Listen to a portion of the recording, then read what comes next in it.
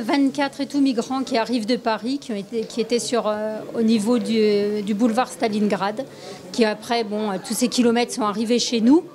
Nous mettons à disposition nos locaux comme l'année dernière et après nous allons les véhiculer sur Briançon entre le foyer des Peupliers où ils vont être hébergés et également l'hôpital pour certains s'ils ont besoin pour des vaccins, des choses comme ça. On les trouve mieux que l'année dernière, on voit qu'ils ont déjà été depuis quelques temps sur la France, entre Calais, entre Paris et tout, et on les sent déjà un peu mieux intégrés et puis moins prostrés, moins peureux que l'année dernière, plus à l'aise déjà avec nous.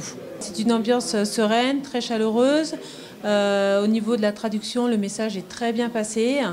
Donc on leur a expliqué qu'ils venaient dans un lieu où on les accueillait amicalement. La petite soupe a été très appréciée et les visages sont très souriants.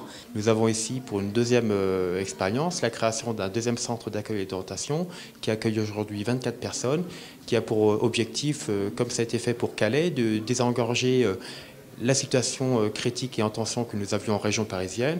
Et nous avons ici des personnes qui sont soit demandeurs d'asile, soit qui vont l'être.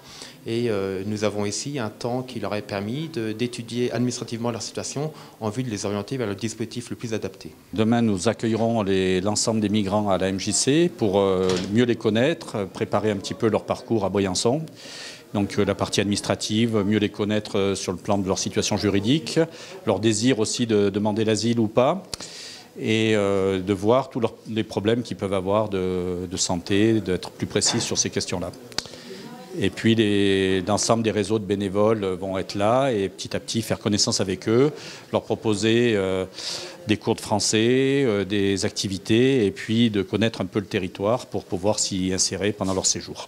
Oui, nous on aimerait bien parler de ce qui se passe bien parce qu'on a l'expérience de l'année dernière qui est une expérience très positive, tant pour les réfugiés qui sont venus que pour les Briançonnais. C'était une belle aventure.